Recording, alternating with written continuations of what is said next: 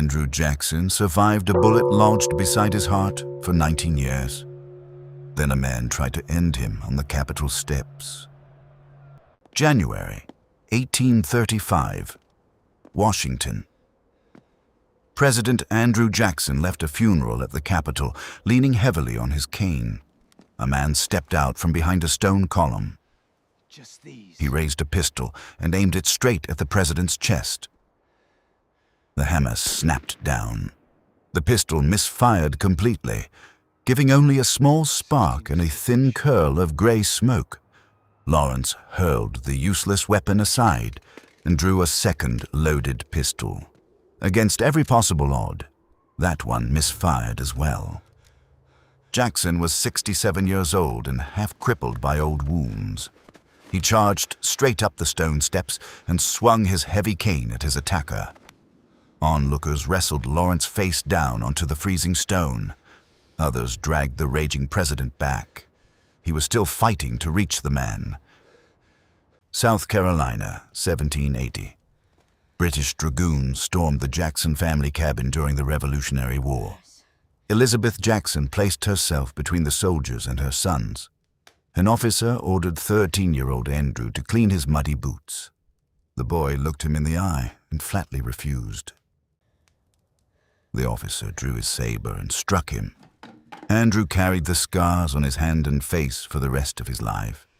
Both brothers were taken prisoner and caught smallpox in a filthy camp. Andrew woke one morning to find his brother Robert gone. Elizabeth walked 40 miles to bargain for her son's release.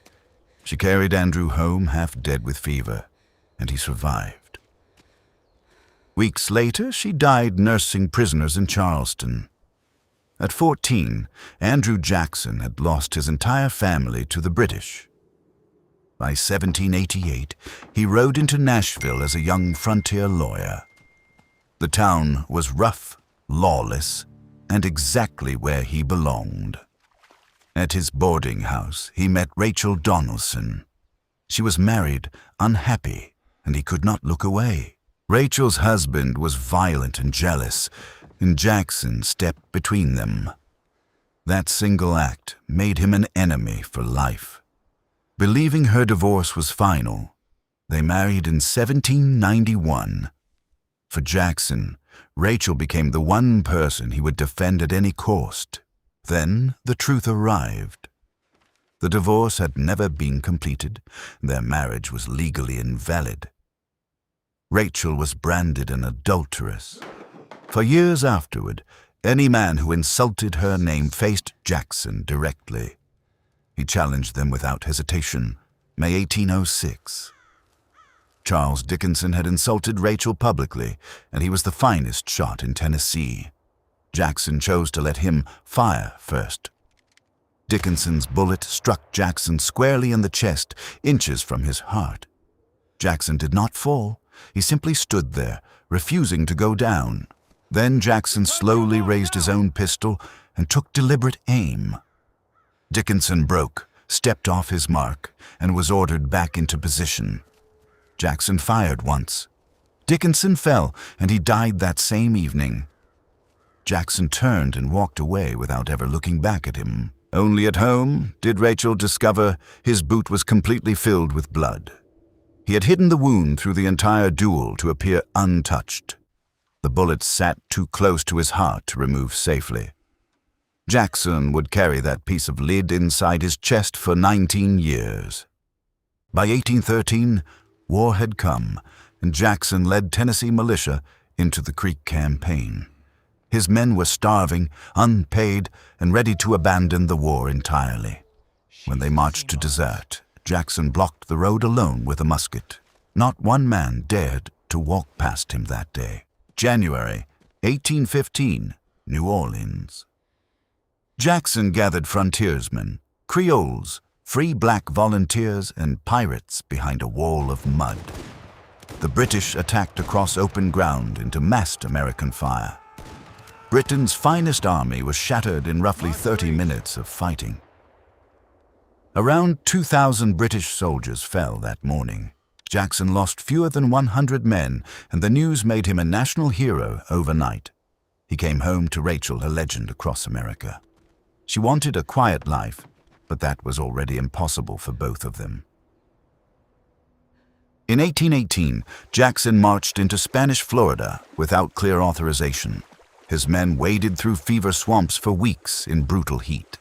He seized Spanish forts and forced the governor to surrender the keys.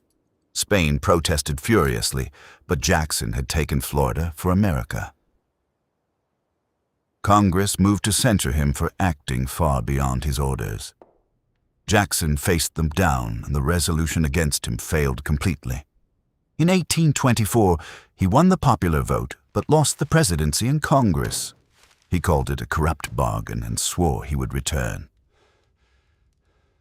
The 1828 campaign was the ugliest America had ever seen. Opposition presses printed thousands of pamphlets branding Rachel an adulteress and a bigamist. Rachel read those attacks alone in her garden. She hid the papers from her husband and carried the shame in silence. Jackson won the election by a landslide that November. While his supporters celebrated, Rachel stood apart, dreading the life ahead of her. Weeks later, in December 1828, her heart failed suddenly. Jackson caught her as she collapsed, and everything he was fell apart. She died just days before he was due to leave for Washington. Jackson sat beside her through the night and refused to leave the room. He stood bareheaded in freezing rain at her burial. He blamed his political enemies for killing her, and he never forgave them. In March 1829, he traveled to Washington dressed entirely in mourning black. The grief had hardened into something cold and permanent. At his inauguration, thousands of ordinary Americans stormed the presidential mansion. Furniture was smashed as the people claimed their president. As president, Jackson ruled by force of will and terrified his own cabinet. He fired advisors who crossed him and trusted almost no one around him. In 1832, he vetoed the recharter of the National Bank. Nicholas Biddle, the bank's president, swore he would destroy Jackson for it. Biddle deliberately choked the nation's credit to force Jackson to surrender. Businesses collapsed, and ordinary depositors found the doors locked against them. Reports of ruin reached Jackson's desk every single week. He read them without flinching and refused to yield a single inch. Cherokee leaders came to Washington with the Supreme Court ruling in their favor. Jackson simply refused to enforce it and turned them away. Under the Indian Removal Act, soldiers emptied Cherokee farms across Georgia. Families were marched from homes their people had lived in for generations.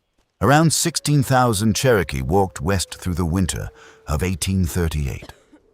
Roughly 4,000 died on the road now called the Trail of Tears. Earlier, South Carolina had threatened to defy federal law and leave the Union.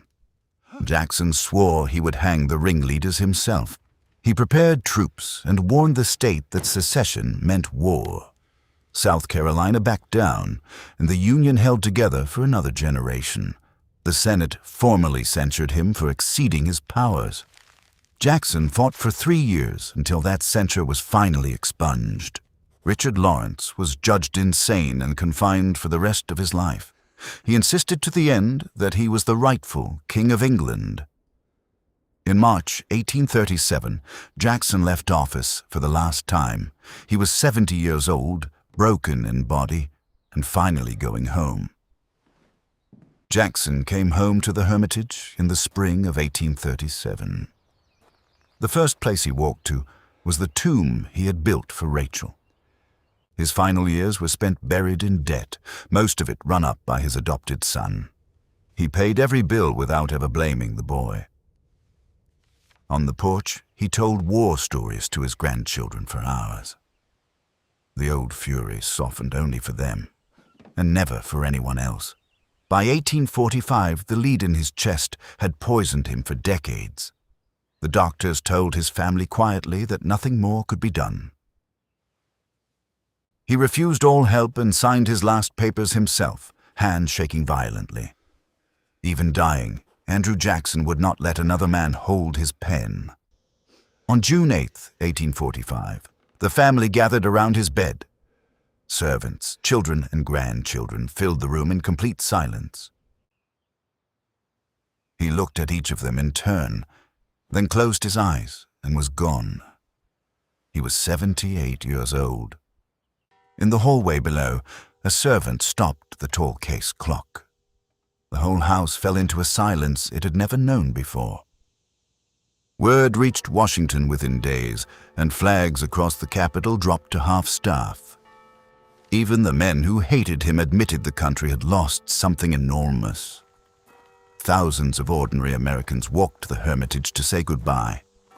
Farmers, veterans, and laborers came on foot from every direction. They laid him in the garden beside Rachel, exactly as he had asked. He had waited 17 years to be next to her again.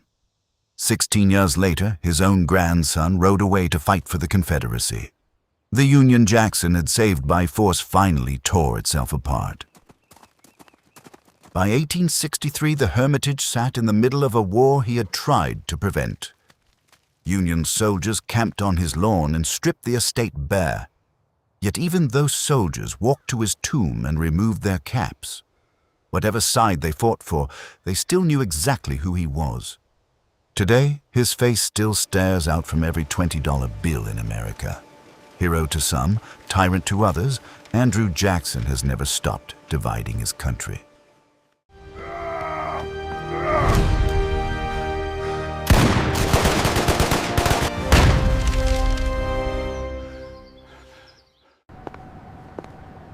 Thanks for watching. Subscribe for more of history's darkest, greatest legends. Like this video and ring the bell for new episodes.